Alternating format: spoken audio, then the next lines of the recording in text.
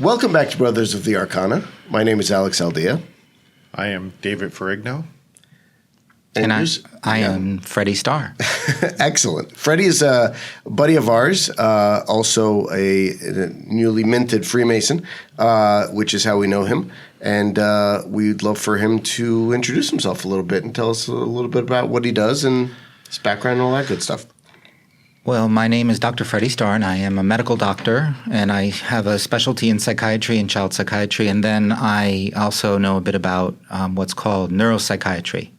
So for the last 35 years, I have been looking at squiggles or EEG brainwaves and turning those into pictures of the brain. And so what I've learned how to do is help people figure out what's wrong with their brains to improve them both using traditional and alternative medicine. That is pretty awesome. Pretty awesome. And he was kind enough to give us these hats, which are pretty awesome too. And they have a Faraday cage on the inside of them, which is pretty cool and just keeps your noggin safe from, I'm going to put mine there, from harmful rays, I guess, like my Bluetooth headphones and other such things. And that's an interesting thing. We can talk a little bit more about that. The cigar today is the... Padron 1964. Yes. That's our cigar of the day. So it's Padron 1964. And Freddie, you're a smoker, aren't you? To some extent? I quit. I quit smoking. Quitter. Actually, quite a bit ago. Probably about 9 months ago. So I want to talk a little bit about Mapacho as far as being a therapeutic tobacco rather than the commercial tobacco that we use in the West so much. And maybe we can talk a little bit about that, if you would, some of the ayahuasca experiences and other such from the past. But first off, you made a statement to me, and I kind of agree with it. And I actually mentioned this on the last podcast with another friend, but you said therapy doesn't work.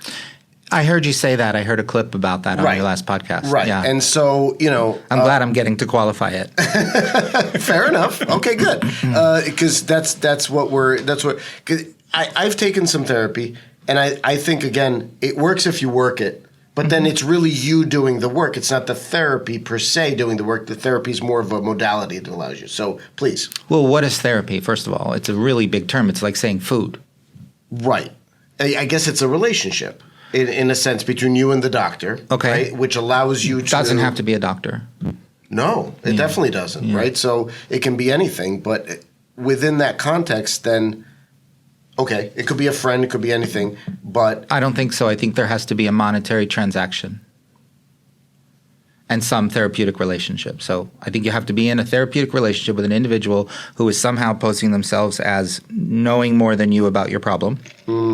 And then you are supposed to exchange money with them or something that is of equal value that shouldn't be compromising you, such as, obviously a relationship. So a relationship that's physical is not necessarily going to be – there could be a therapeutic basis of it, but when we're talking about therapy, we're talking about this thing that originated in the early part of the 19th century with, I guess, Freud. Sure.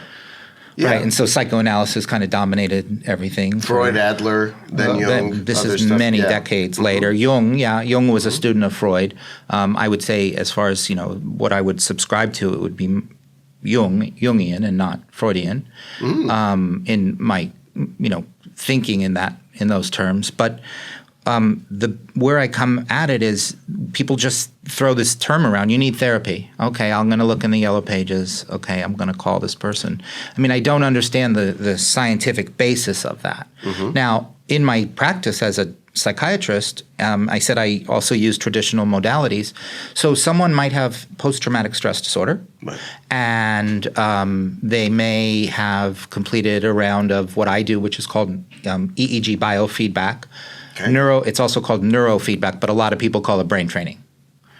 And so let's say they still have some trauma, flashbacks, re-experiencing things that are more somatic in nature. Then there are modalities such as cognitive behavioral therapy that's been shown where you have a workbook You go home, Right. CBT, Yeah. and you figure out what the automatic negative thoughts are in your brain, and you work this program that has a beginning and an end. There's another one that's called eye movement desensitization and reprocessing, where you go through, again, a beginning and an end, where you have this thing that you're working on. I wouldn't say I would be against that, or would I necessarily argue that that's not helpful. Where I take issue is individuals in therapy indefinitely to where it becomes almost a power relationship. You know, there's a joke you tell the therapist you're going, away, you want to move, and they panic and tell you all the reasons why you shouldn't bring yourself with you. You're going to bring yourself with you. It's all going to be the same, So might as well stay here. So that's where I say, just the term bandied about and telling people that they should go to therapy, and there's this all-powerful person that's going to solve the problems that may be neurologic, they may be biological. That's the part where I just don't see it. I see it failing. I understand. So there are many well-intentioned people who call themselves therapists who do offer help. But then the other thing is, you say, I've been with my therapist for 10 years and I couldn't have gotten through this, that, and the other thing. And my question is, how do you know you wouldn't have won the lottery and done a whole bunch of other things had you not done that?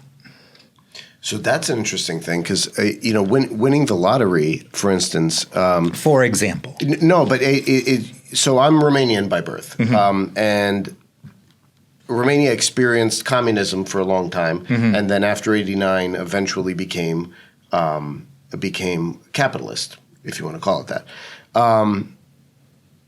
A lot of people got a lot of money very quickly, and then they committed suicide after having no money and wanting money their entire life. Very interesting dynamic. So when you say, you could win the lottery. Sometimes that's not a good thing. No, it's not. It's often not. Actually, the studies on people who have won the lottery is actually quite poor. So maybe not a great example. No. But I'm saying it leads to the point of you get what you ask for a lot of the time, and it's not really what was the best thing for you, whether it's therapy or whatever else. Well, and then I think wealth is a lot. Wealth is what people I think are striving for, and I think money has become equated to wealth. But wealth is really, I think, what, drives people, which is having, feeling security and safety in the things that they have and the things around them. And but I think it gets mistaken quite a bit. That's interesting. So we started talking about this. Could you talk a little bit? I know you have some questions you want to pose, and you've been sitting there quietly, so go. Yes. Have at it. I was going to say, you brought up the concept the other day of surfing the crazy. Would you be able to elaborate on that and just explain in your own terms? Well, I'd like to, sure. I mean, I guess I got to tell a little bit about how I got here. Yeah, tell us your background. Yeah. Sure. We'd love to. We'd love to hear about it, and I think it'd be very interesting. Well, once upon a time, I was very normal, and I expected a very normal life. So I was just minding my own business, being a traditional doctor, running a practice. But I had a child who was very ill. Her name was Anna, and she passed away when she was 6 years old in her bed. I found her, and that led to I didn't cope well with that. But I don't know that anybody does now that I've done some grief work and everything like that and grief counseling. It's just unexpected, and so as a result, the marriage that I had at the time had disintegrated, and I was left really just questioning life's purpose. Did you ever read Man's Quest for Meaning? Viktor Frankl? Correct. Yes. Yeah. Yes. Logos therapy. Everyone has to have a purpose. Yeah, that works until the purpose dies. Right. Yeah. So it's kind of it's maybe if you have a higher purpose, then it is acceptable. But that will fall apart if you kind of put that on some material or living thing. Well, Frankl started that when he was in Auschwitz. Concentration camp. Right. So I guess when you're under duress, you expect at some point you're no longer going to be under duress. And it's like, for this period, I have to figure out a way to cope, right? Correct. Like right. a monk setting himself on fire, for instance. And so how do you navigate that without losing your mind while you're literally burning alive. Correct. So I guess to some extent there's some commonality. And there. so to some degree, if you're in, an abusive relationship and your finances are tough and you have a sick child and everything, there you're kind of going through fire. Ooh, so you kind of got to come up with a meaning. What did Churchill say? If you're going through hell, keep going. Yeah. Well, that's a good one. It's but please continue. So I decided that I was going to go pursue my life's goal, which was surf big waves, go out to Maui and try to go to – it was windsurfing really was the main thing, Hokipa, those really iconic spots if you know the sport. So I did, and I was a mess. I was working as a psychiatrist, and everybody I saw around me was having fun. I'm working every day, and all my friends are just chilling at the beach. This was in Hawaii. This is when I moved because I had a job. Right. Yeah. Right. So one day I just couldn't go to work anymore. My car kept going. Called the guy. Yeah, I'm not going to be at work today. Tomorrow? Not likely. Are you sick? No. Not looking good. No. I see was the answer. Some office space. So I went. I threw myself into that. Just unexpectedness, the hero's journey, I guess Jung would call it, right? Or Campbell interpreting Jung would call it. Sure. And so I moved in with a Hawaiian hippie band, and that was when I was reintroduced to magic mushrooms again. Okay. Came home after surfing, and there was one of the lead singer making brownies, and she gave me a taste of the fudge, and she's, can you taste the shroomies? And I'm like, did you just dose me? So, I took a lot of mushrooms that day, and it was one of the things that helped me heal in the grief I was in. Sure. So, it helped with that. And then I was just sort of traveling around. I went from Hawaii. I went to the Dominican Republic for a while. It's another big windy spot for kiteboarding, surfing, ocean spot. So windsurfing and kiteboarding are different things? Yeah. Are you familiar? Not so much. I did wakeboarding. Okay. But that's about it. Well, kite surfing you do with a kite. Okay. So you can fly up way high in the air. Oh, it's where they do the flips and stuff and come back down? Yeah, I've seen that. And windsurfing's the board with the sail on it. Right. And they're different. As far as Yeah. Sure. But obviously you're seeing the theme here. Sure. And so, it was through that journey I ended up in Costa Rica sort of on the beach that, I was able to kind of come up with this healing process and this ideas that I have. So, it's going back to what we were talking about with, man's quest for meaning and Viktor Frankl and, all of these different techniques and concepts. What I realized is that there's a lot of different people doing a lot of different things to help, mostly. Some not. Some, yeah. I mean, there's gurus out there that maybe are doing it for their own. You're talking about bad actors, in essence, like people who are out there for nefarious purposes rather than to actually help. Yes, and even some are fooling themselves. Like I think some are fooling themselves into thinking that they're helping too. So I don't know that all of them are the sociopath, knowing that in the background they're taking all the money and controlling all. Some are like that. I think fewer. Dr. David Hawkins, if you're familiar with any of his work, I'm not sure, but he did some interesting. He wrote a book called Power versus Force. Passed away in 2012. The guy, I've read a lot of his stuff. One of his big things is if you want to change the world, go home and work on yourself. Yeah. So that's a big one. But he actually had, as part of his book, a whole thing on gurus or quote unquote gurus who, at one point, were So he had just to back up for a second, he had a chart from 0 to 1,000 based on levels of consciousness. 1,000 being the great avatars, Jesus, Buddha, Krishna, and so on. 0 being basically dead, and I don't know, like 20 being Komodo dragons and possibly some dictators, which is about the same level.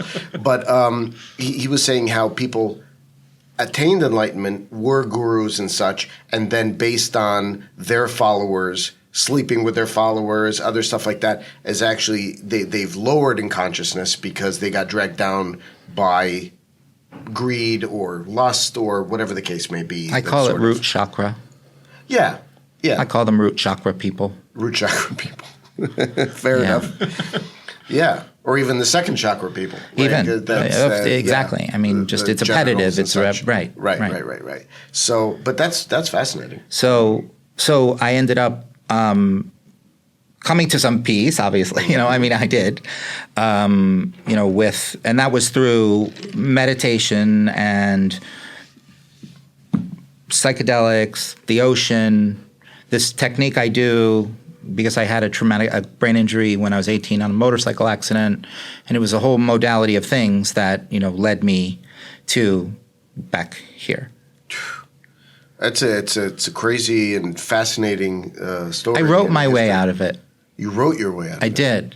Can you talk a little bit about that? Yeah, I wrote 5, but I have 3 patents, U.S. patents in artificial intelligence and electroencephalogram, so EEG, and using a new method to break the waves down. Wow. And so that's what I did on the beach. I wrote myself, when I wasn't surfing, I wrote myself out of where I was.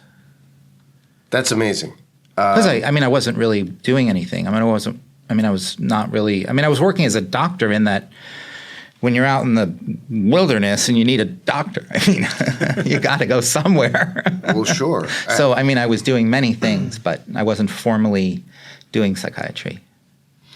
Do you attribute those thoughts and however you derived that procedure from the psychedelics, or do you think it was just more during your journey of healing? No, it was during the psychedelics.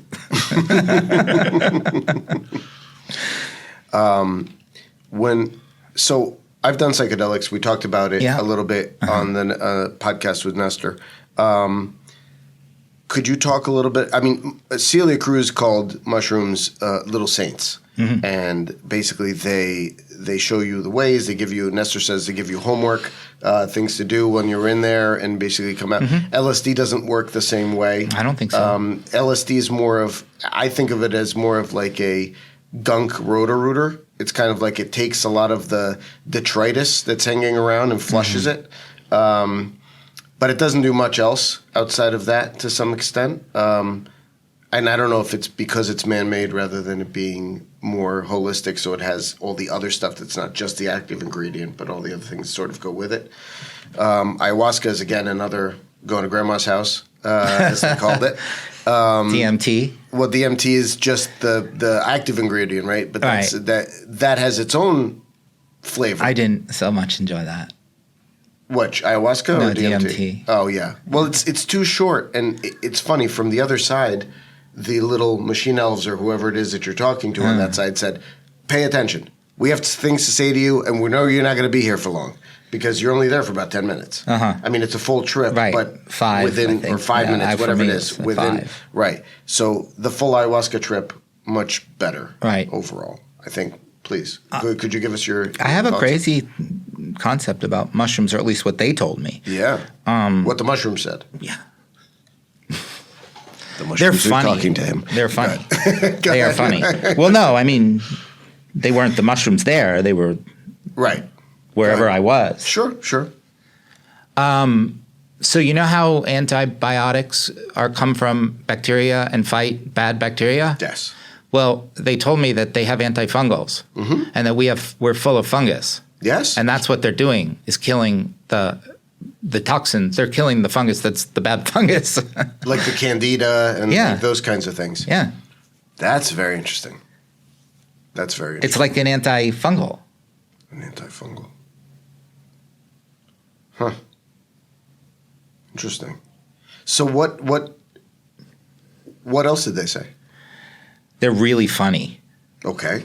That's what they... So they heal trauma with humor. I think so, yeah. Funny how? Funny how, exactly. Hey, you, move that mic this way. Whatever. There you go. Okay. I recorded about 100 people on mushrooms at a festival. Okay. So I did we went to a festival, my company, Minerva, had a booth. And we'll talk about that in a little bit. Yeah. Had a booth in a festival in Costa Rica. It's a week-long environmentally conscious, soul-searching music festival with just a lot of really cool, eclectic people that go, and we took a booth there and recorded people at the beginning of the festival, and then after they had, or during their trip, whatever, and we recorded what they had taken, and then after. And also looked at their level of insight, how they felt, their happiness, and things like that. And we saw that there was, some improvement in people's outlook and their sense of their locus of self-control. That's one of the things we saw change the most. And we saw that there's a part of the brain called the default mode network, which is your internally focused network. It's the network that allows you to go into your brain and be relaxed. Mm-hmm. We saw that go more towards what you would expect to be normal across the group. But did it last? Yeah, I don't think so. Just in my experience of taking people to retreats and then sending them. I mean, that's how we started. I mean, that's how my company Minerva started, was sending these brain training machines that I have after they would. So I refused to come back to Babylon. You know what Babylon is, right? No, what is it? It's where we are. Oh, you're talking about the Rastafarian. Not idea. Exactly. I'm talking. Okay. Well, it's colloquial now. Okay. I would say, but people refer to Babylon as the going into society, civilization, your phone, your all of that stuff. And when you're out on the beach and there's nothing, and you're living on the land or something, that would not be Babylon. Interesting. So then, are you positing that if that's temporary, how could somebody then overcome, say, addictions? Like if a person's addicted to pornography, they're addicted to devices, they're whatever else. Is there a modality that works for everybody that would actually heal that? Or, is it always going to be temporary and it's a work in progress? Well, that's a tough question to answer. I would say that's where I come in. This is where I come into the picture, which is by getting a brain scan, analyzing the brain, knowing the strengths and weaknesses. If there is traumatic brain injury, I mean, I see people in their older age, 70s, 80s, who say played football, played soccer, have had mild subclinical mental health problems for years and years and years and years. Maybe on a med, maybe changed meds, sleep problems, depression, stress, anxiety, and addiction is one of the things that pops up along with this to cope with that. And then they even go on a protocol, even in their older age, that can put their symptoms towards remission. I mean, not allowed to say cure. Mm-hmm. Sure. But become unmeasurable, right, by my standards. Mm-hmm. And so I think that knowing what the root cause of the addiction is first of all how you address the addiction.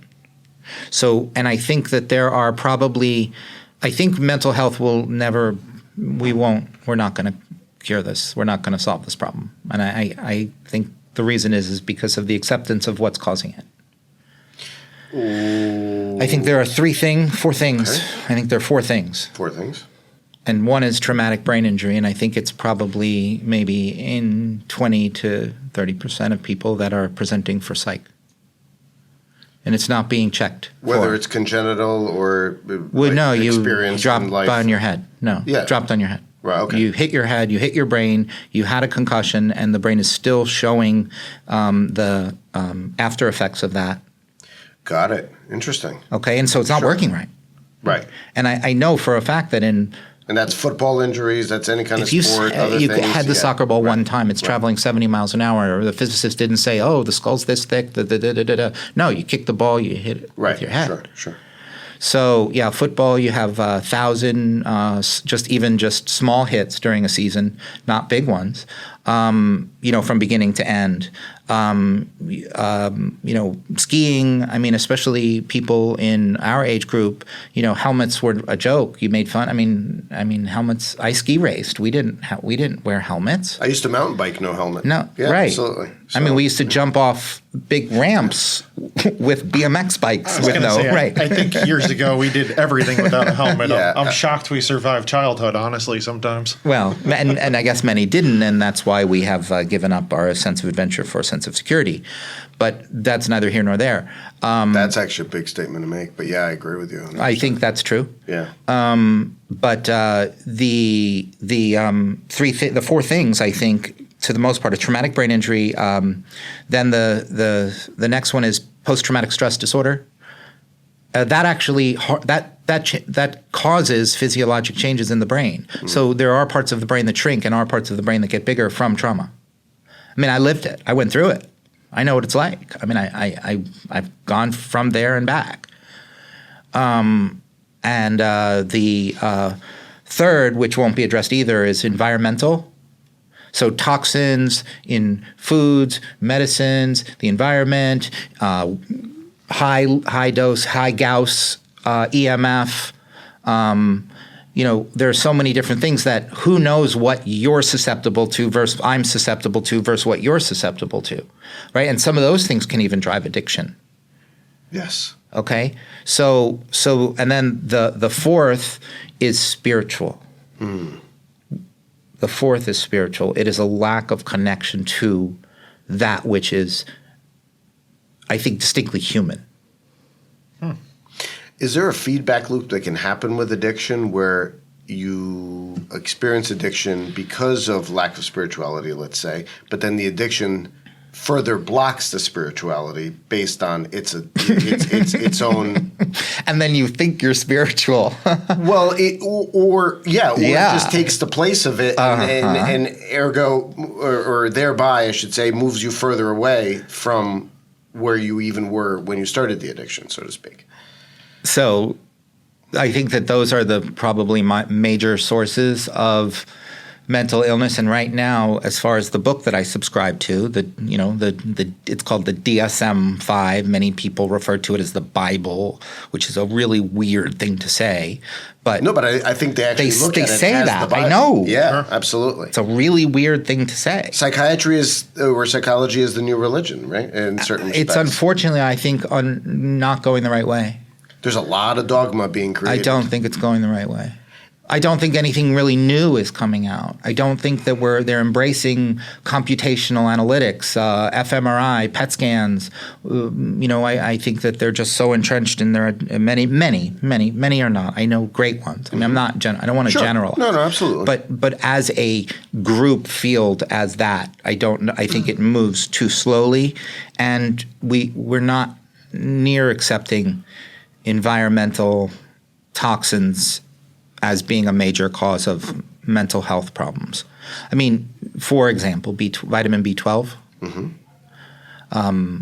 It's something that should be checked in individuals that have, say, depression, anything. Even tinnitus, ringing in the ears. It's obvious to anybody that studies nutrition, B complex vitamins, yes. But to the average person, no. And so, that's interesting. And then, as I had said, the last one being, spiritual, that is not really accepted within the bounds of that paradigm, mm-hmm. right? So I don't know that we'll fully ever address the problems that plague humans emotionally and mentally until that's understood as well. Well, it used to be a person would go to their priest, mm-hmm. and their priest would offer them what's equated to psychology at that time or therapy of whatever kind, and that would have the spiritual component in it. But if you go to your therapist, a lot of them, I mean, I don't want to make any particular political discussions at this point about who's where, but a lot of them may be atheists. I think that's a reasonable statement to make. Or many of them might be. I think that's a reasonable statement to make. Right, okay, fair. Mm-hmm. And so with that in mind, that just won't be available for that. So, they're going to substitute it with whatever they think is the right, quote-unquote, spirituality, which is now equating to a lot of dogma. I see there was one psychologist that talked about, and again, you're a psychiatrist, so I know it's different, but there's a psychologist that talked about there used to only be a couple of neuroses and psychoses. Now there are hundreds. And it's growing more and more, especially as we get into the whole idea of the quote-unquote woke movement, and I won't make any judgments on it, but we'll just say that's a thing that occurs in the world. And with the things that as you go further, all the use of the pronouns and the use of all of the other things that's happening today all goes back to adding more dogma to the pile, so to speak. I don't know if you agree with that or not, but I'd be curious as to your thoughts on that. Agree with which part? Any of it. It sounded like a minefield. Yeah, well, we'll skirt our way towards, the best we can, talking about, your thoughts on it. But, whatever. You're talking about the destruction of our language? Well, there's some of that is could be said that way, I think. How does a society function? I don't know. How does a society function? How does it function with that? No, with that happening. I don't know. I mean, you've got, on some level you have the Frankfurt School of folks coming over after World War II.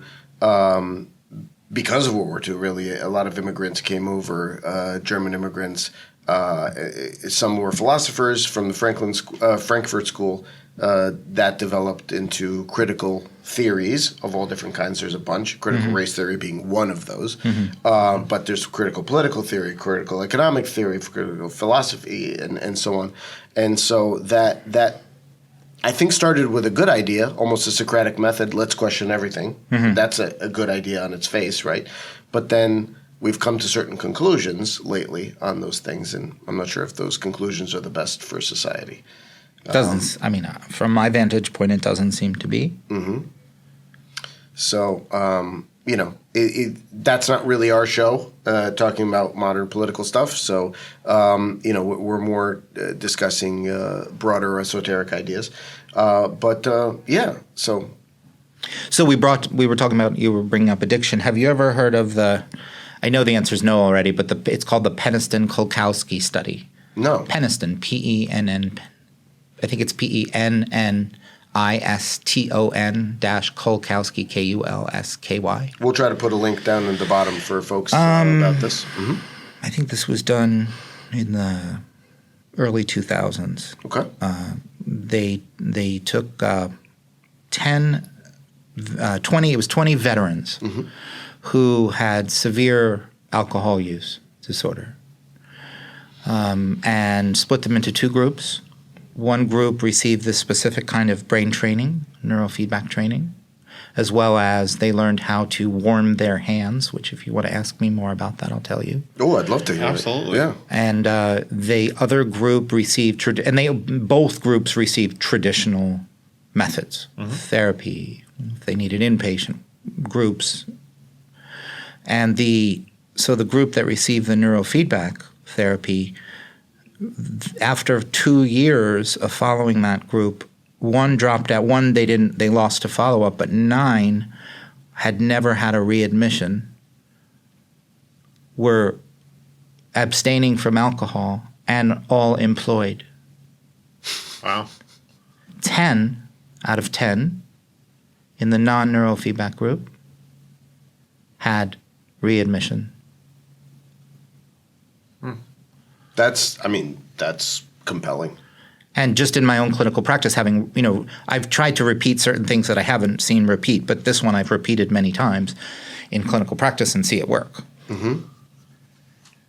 People, hardcore drinkers, stop, almost unable to drink anymore. Wow. It's pretty amazing. Unable because the drink It was makes a them coping sick. mechanism And it just doesn't. Changes something in their body. Right. Yeah. Right. The body finally has the agency to say, this isn't for me. I believe it had something to do with alpha waves and beta endorphin, I think it was. And they also have used it in opioid addiction with success. So from your brain scans that you're conducting, do you see a huge difference in individuals? I know porn addiction is a huge thing nowadays. There's also obviously the black mirrors or, our phones and devices people are clearly addicted to in modern day society. Do you actually see that physical scan? When you're actually conducting your EEGs or whatever else, can you actually see that trauma? And if somebody starts changing their behavioral habits, there's a visible actual, I guess however you see it on your screen, sure, you see that change. Yes, 100%. And what kind of time frame does it typically take for that change? With doing the brain training? Yes. 20 sessions, 20 to 30 sessions, depending on the age, ability to learn, what's going and what's wrong. But 20 to 30.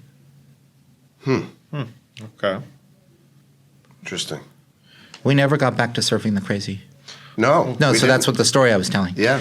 So when, I realized that I once had it's patience really that taught me a lot. It's actually my patience. And one thing you said, I remember one, but, one was, so I was going through a hard time. I was still helping people that were going through a hard time. So it's much easier to help people when you're going through a really hard time, actually. I think I did some of my best work. But someone said, yeah, I got to just put one foot in front of the other. And, I realized that for, in some times when everything is closing in and, maybe your mental health is not that great either, and maybe finances aren't that great, and, all of the pressures and stresses that come with modern life and not being able to cope with it, you really have to pay attention to the foot that you're on.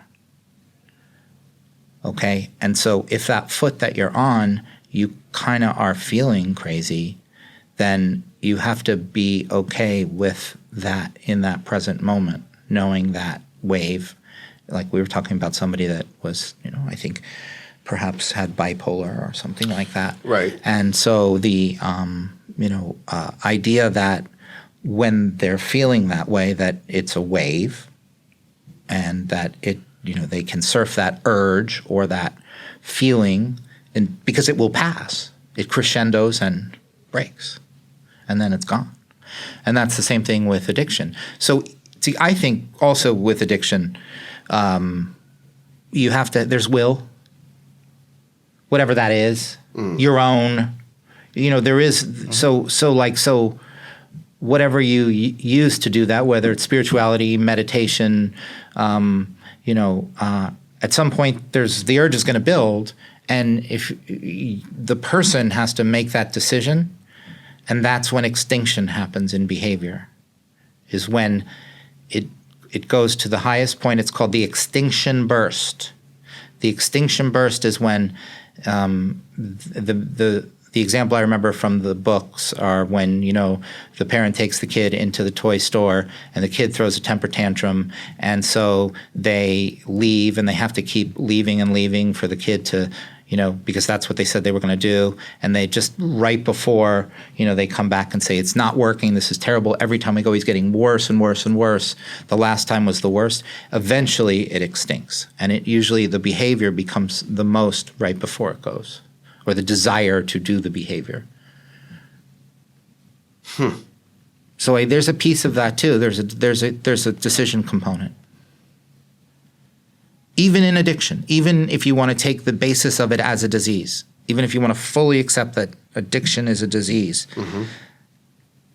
at the end of the day, there still has to be, you might need extra help with that urge, But at the end of the day, it's going to be the person deciding. In your training, would you say addiction is a disease? Yeah, that's a tough one. I mean, I don't suffer from it. But I've spoken to many people that do, and I know that they feel very strongly about that. And so you'd have to come up with what you would call a disease. What would be the definition of disease first for me to really answer that fully?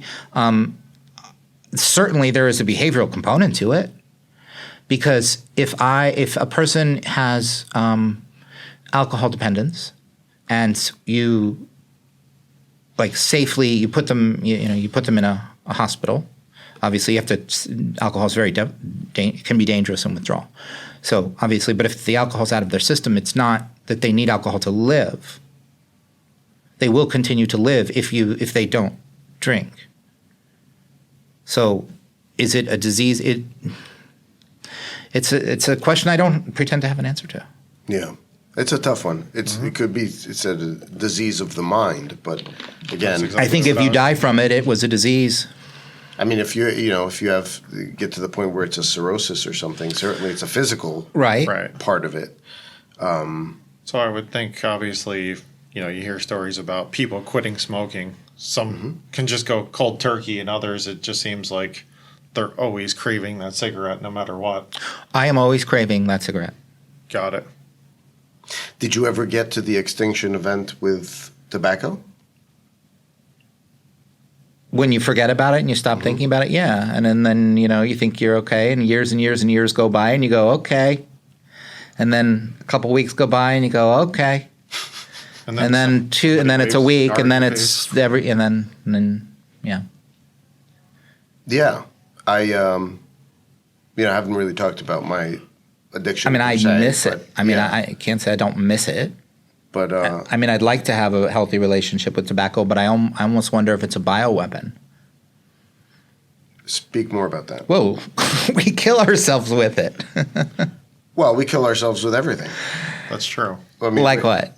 Well, if I were to eat lettuce all day, every day, versus smoking tobacco. I'm sure. Well, right, but I think with the GMOs, and we're not going to get into political discussions here, but clearly I think we could say a lot of the food here is making individuals unhealthy, and I think if you go to Europe or other places that have banned a lot of that, I think you're probably better off. You're much better off.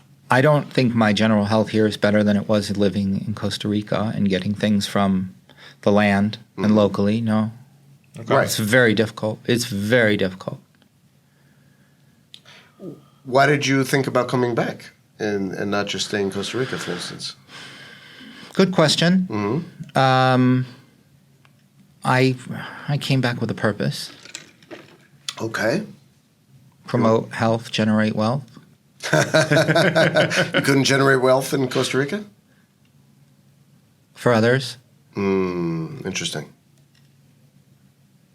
Oh, you're here to generate wealth for others. And just wealth in general, not money. General. Can you talk more about what that means to you? Knowledge. Okay. Being around friends and family, and I had to go off into the wilderness. Right. But they say, you have to come back and tell your journey, or it's not a hero's journey, it's a fool's journey. See, that's an interesting thing. Joseph Campbell tells you, right? So you come back. You have to come back. You have two options. He doesn't make a judgment on them. You can either be the Buddha and spread what you have, or the hermit and keep it for yourself. But he doesn't make a judgment on which is better than what. Right. So you could have kept it to yourself and all's fair, right? So you took the journey, you deserve whatever it is, but you've chosen to now come back and share that journey with others. Well, it's possible that had I known what I know now, that my daughter's epilepsy would have been much better controlled. That's a strong statement to make, and I'm sure that, but it wasn't to be the case, unfortunately. It was not. Can you talk a little bit? And that's right. No, absolutely. Yeah. I chose this dimension. Okay, now we're getting into some really esoteric, cool stuff. So, how do you view the universe and our place in it? There are two infinite things. No, I'm quoting Einstein.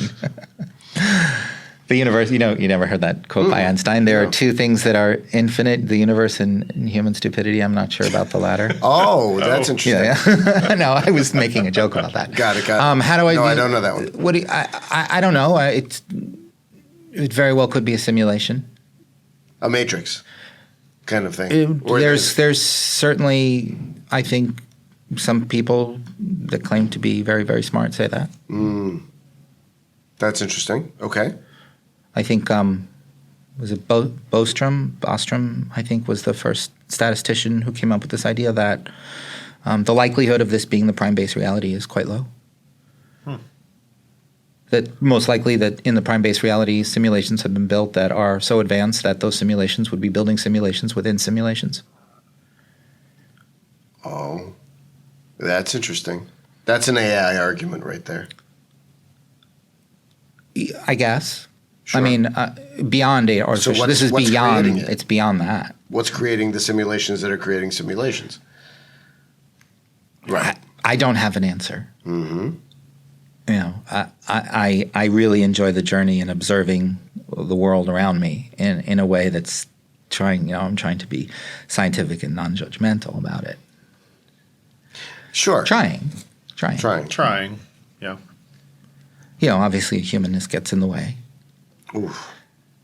So if we're living in that simulation, do you feel our mind, because there's the thought that we manifest our own realities and manifest what we have in our lives. So do you think we have any control over that then? Well, if I think I wrote myself out of my predicament, then I think that is true.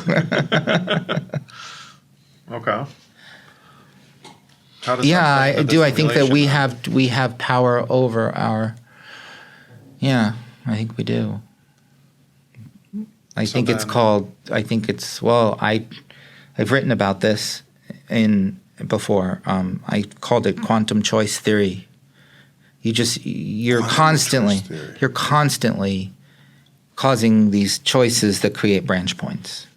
Constantly causing these. Some are bigger, some are more eventful than whether or not you get a cup of coffee or get a cup of tea, right? But deciding not to go into the parking lot at the office and going straight to the beach would be one of those branch points where you completely change the trajectory that your life is on.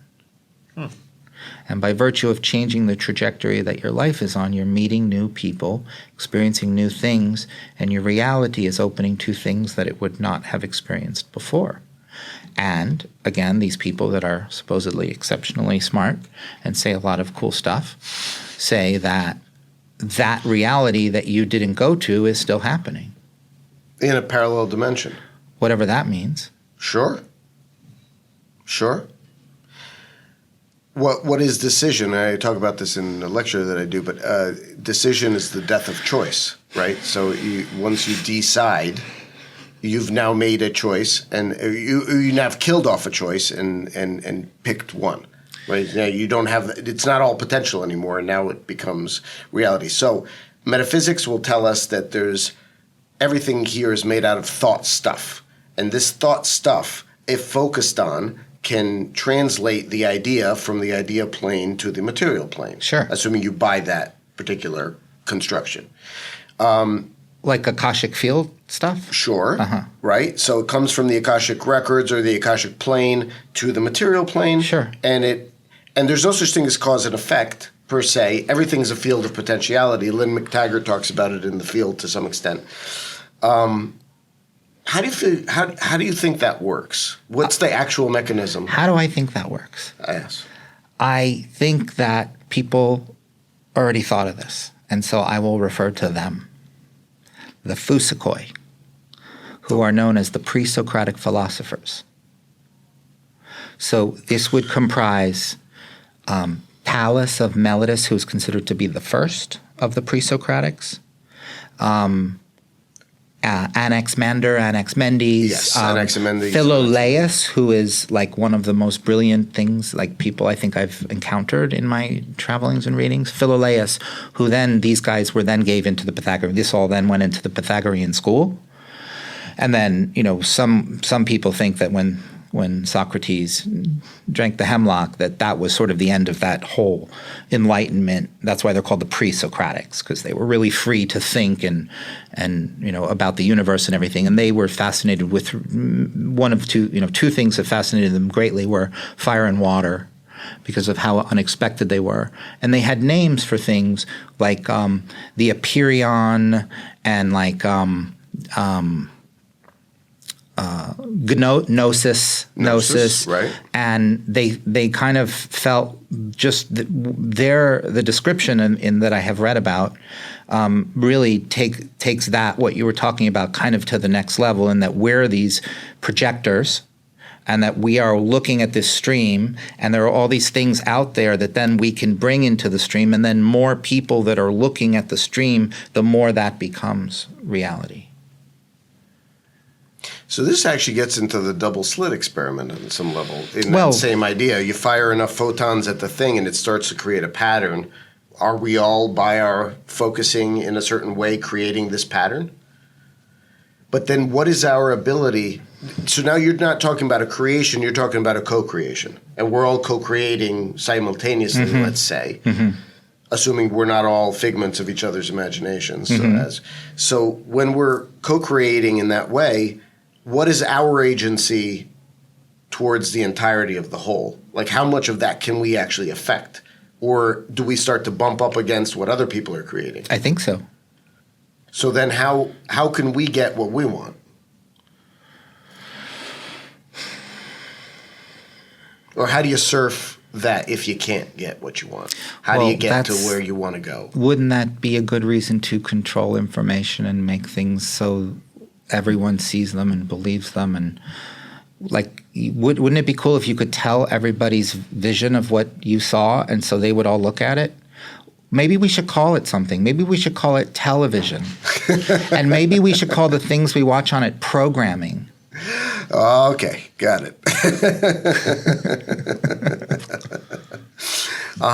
I get what you mean. I see that tangent. My anxiety level is rising.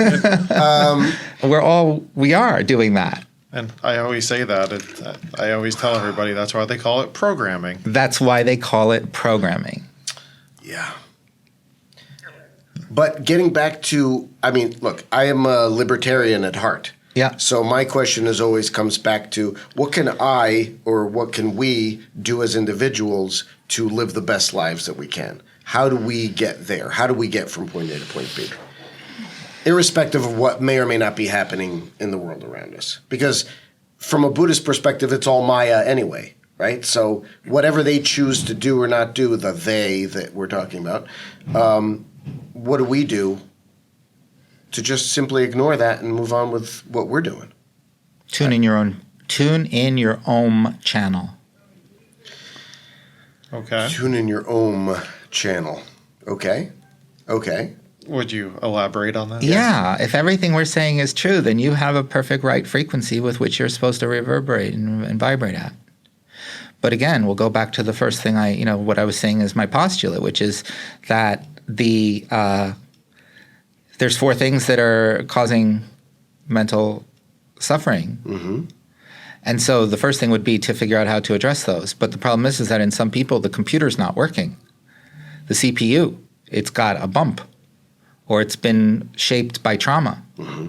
So the person that's, you and I are sitting in this, all of us, the three of us are sitting in this room, and our heart rate is at a certain rate, and we're not perspiring, and we're not nervous, and we don't feel like there's a threat coming. But if somebody had a different experience in a room that looked like this, then they would be triggered. Their reality would be completely different. So it would be detoxifying, dealing with the trauma, and some of it is epigenetic, some of it is intergenerational, dealing with traumatic brain injuries if they are present. And you don't know if you had one or not. You have to just get checked for it. And there are more than just brain scans now to check. You can look at people's eyes and see there's a machine that can look in their eyes and tell. There's PET scans and fMRIs. And so there are other things now that we can use just besides the tool I use, which is called the QEEG. And then I think at least then once you have that channel, figuring out how it, goes in different directions. In other words, the surfing the crazy part. So, it's very easy. It's not that easy. But if you go to a retreat, a meditation retreat like Vipassana, have you heard of Vipassana? Yeah, where it's about 10 or 11 days where you can't talk. You just have That's to. one part of it. Yeah. I mean, that was never the worst part for me. The worst part for me was not eating. Actually, was the lack of food. Was it fasting? In other words, It's after when you're considered an older student, they very much encourage you to have 2 small meals a day and drink tea at night. And that was the worst suffering for me. The not talking I didn't mind as much. But learning how to sit with yourself and, without anything, without anybody, knowing that. And then I think it makes it at least easier to operate in a world that there's so many different vibrations and frequencies pulling you in, obvious. But until you know your own, how can you be able to deal with the ones that are in the world? Yeah. That's a tough one. And I'm not pretending to have all the answers. No. Yeah. You're just putting questions to me that I'm trying to give my best answer to. Sure, man. Yeah. I get it. From certain respects, and, I wouldn't expect Dave to discuss any particular personal stuff as such, but, I've discussed certain personal things of my own. Born in Romania, came here when I was 7. Didn't see my parents from about the age of 4 to about the age of 7 because they were here and the communists kept us back there. So grew up with my grandparents and other such. And, that 3-year period of development I caused some things for me. And coming here and experiencing an immediate trauma of extraordinary stress. The parents I met at 7 were not the parents I left at 4. Or that left at 4. They were basket cases, and it were extremely difficult to make a life as an immigrant here, and how that affects a child, and the fact that they didn't really understand that. And I'm not judging them. Everybody did their best. I can clearly say that, although stuff gets left and lingered, and how that affects an adult growing up and so on, and certain addictions that come of that. And so, I'd love to do a brain scan with you and see kind of where my brain's at. I'm sure Dave was thinking about the same kind of thing for his brain. Whatever. Especially playing football, soccer, baseball growing up. I mean, stupidly, a couple of years back, I was loading an ATV into my pickup bed and of course, didn't wear a helmet, and the one ramp, the clip fell off, and I actually fell off the ATV in the bed and slammed my head against the concrete. I didn't have a concussion or anything, but my whole backside and side was bruised for probably a good month. I mean, it was like How do you know you incredible. didn't have a concussion?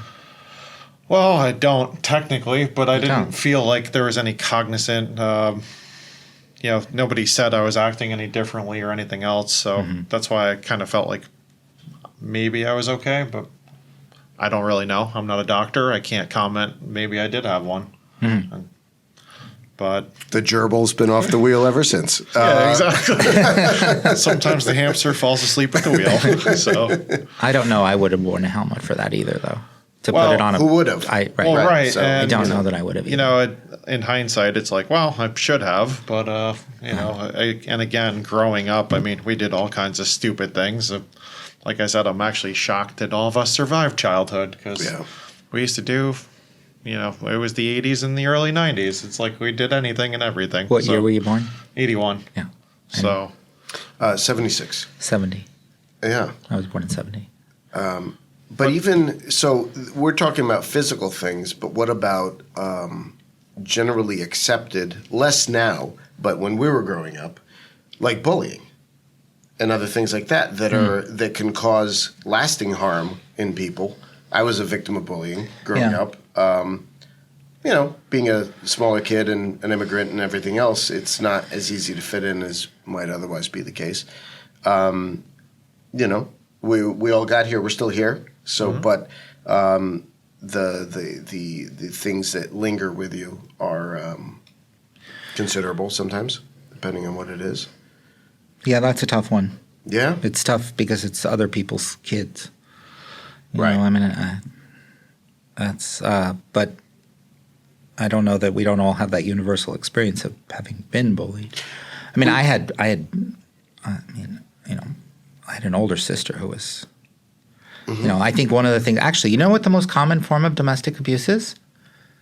No. Sibling violence. Wow. Inter-sibling violence. That makes sense. It's so not addressed. You really can't find a lot of books about it. You can't find people talking about it. But I can tell you, when you start to scratch that surface with people, man, but I think it's like we try to forget it or stuff it down because we want to keep the family and all this, there's a whole psychological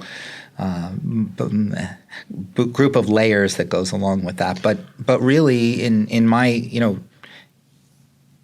studies, when people have, I think that having older brothers actually gives a higher chance of having a head injury in a younger child. Oh, absolutely. I'm sure. But then sisters. Is the understanding, although my sister is a force of nature, she's a very strong personality, and she's a younger sister, which is interesting because we I'm a Libra, she's an Aries, blah, blah, blah. But see, there was one of the layers. Yeah. Exactly. There's one of the layers. Right there. But so what you're saying is the fact that, the fear might be, if I deal with this and I open this box, I might lose my sibling, lose my family. But what about transcending this and seeing your family in a new light without necessarily having to lose them? Even if you're transcending it just for yourself. Yeah, you can do that. So I now have a new relationship with my family. Whatever relationship they have with me, I don't know. But I'm now having a relationship with them that's different because I've transcended this thing. Yeah. Sounds more hopeful. It does. Some level. It does. It takes two. But it takes them to allow you to be because there's often a lot of power dynamic in keeping one of the people kind of as the scapegoat. Mm-hmm. And if there is dysfunction, then that person not being the scapegoat anymore causes the dysfunction to get reflected back upon the dysfunctional family, and they don't usually go for that. So it typically leads to ostracizing. But let me ask you this. You've now changed the equation somewhat, right? So that might be the answer. The new equal sign is now the dysfunction gets reflected back. But it would certainly have to cause them to change their behavior. Well, they could disown you. Oh, yeah, that could be one possibility. Yeah. And you got to be okay with that, right? You got to be okay with that. You got to be okay with that. Right. So then from that family trauma perspective, I think obviously maybe necessarily today people don't discipline their children like they used to, or the positive reinforcement. When I say discipline, I mean, I can speak from personal experience having an Italian mother. I mean, I got beat by the wooden spoon, for what? Just I'm always interested in this because I got beat pretty good a bunch of times. So and so I'm always trying to see what the experience was. Was it like explosiveness just for no reason? Well, I think a lot of times it was just due to bad behavior. Like if there was something the parent didn't like that made them angry or whatever else, they would use that as a mechanism. Like spilling milk. I don't know about spilling milk. It was more probably spilling milk all over the floor in the living room or something. But I mean, you're sitting at the table, you move your hand, the milk spills, you get, I don't think I ever had that per se, but I'm sure in some cases that happens. In my personal case, I think it was more like you wrote on the wall with crayons or things of that nature. And, with my mom, it was the wooden spoon. And with my father, it was always the belt. And, they just So on your behind. God. Yes. On your behind. Yes. Okay, so being punched in the face or choked or stuff like that, you think is beyond. Yeah. So where does the person draw that line, right? So if it's punitive, I guess, I don't know. Having been someone that did experience, has experienced that level of physical abuse, I think I'd say that it will wreck the relationship between the child and the parent when they get older. Okay. With regards to hitting, if it can be I don't subscribe to it with my own children. Never, I don't. But I certainly have seen some boys that I'm not sure I would, I might, not blame the parents for their frustration, but, then there has to be restraint of violence. So would you say there's a way that a parent could possibly reinforce something, or a teaching moment per se, that with violence? Well, not with violence. I'm saying, is there a better mechanism in your professional opinion? What would be the best way for a parent to teach their children and to not resort to violence, as an example, but make a lasting impression?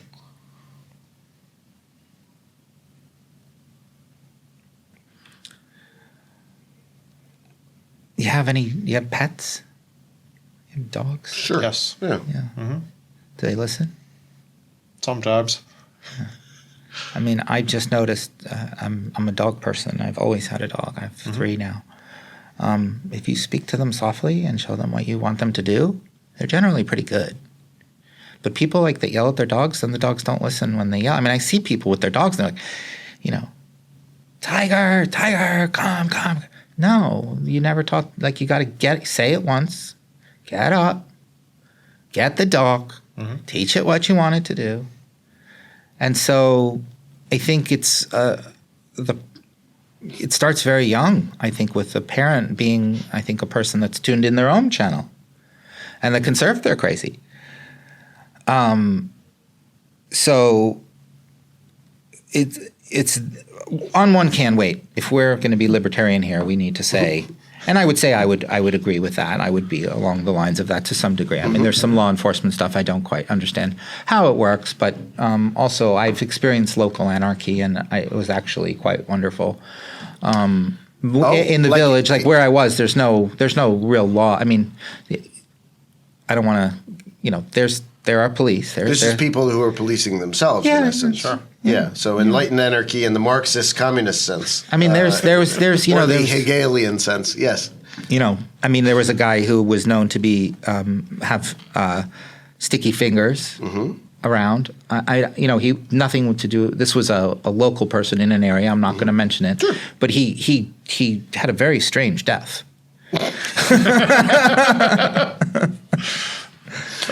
Yes. He was last seen with shoes in his ears, or whatever it was. He suicided himself. He was electrocuted. Oh, jeez. And I don't want to laugh about something like that. No, but don't. It was. Not. I mean, but yeah. I mean, there certainly was the sense that was what happened. I mean, people didn't like him stealing from them. Well, I imagine not. There's some. And so, if you don't want that to happen, don't steal. Right. I guess that's how you sort of reinforce things in society. And so if we are talking about this libertarian slant to things, then we would say, well, it really is the family. And the family is trying to generate children who can live in a society that does use force. There is force in our society. They have actually they have the doctrine of force, don't they? They have the monopoly on it to some degree. So do you see a huge correlation when, say somebody grew up in a household where their parents were divorced or there was abuse or whatever else? Does that typically translate to their relationships moving forward? And is there a way to overcome any of those obstacles and issues they face?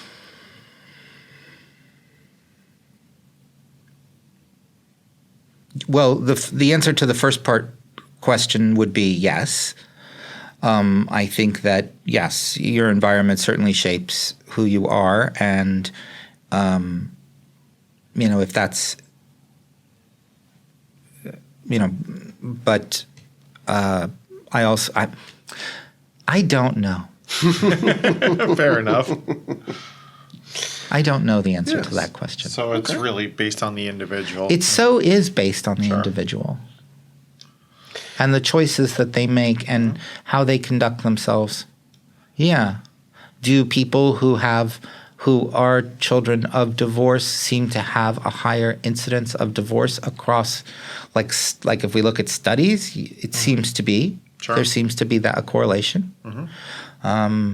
Is it harder to internally regulate yourself when you haven't been exposed to a regulated environment that has the things that you need to grow and develop as a child? Yeah, I think it's reasonable to say that's probably true. Not that you can't change that when you're an adult. Mm-hmm.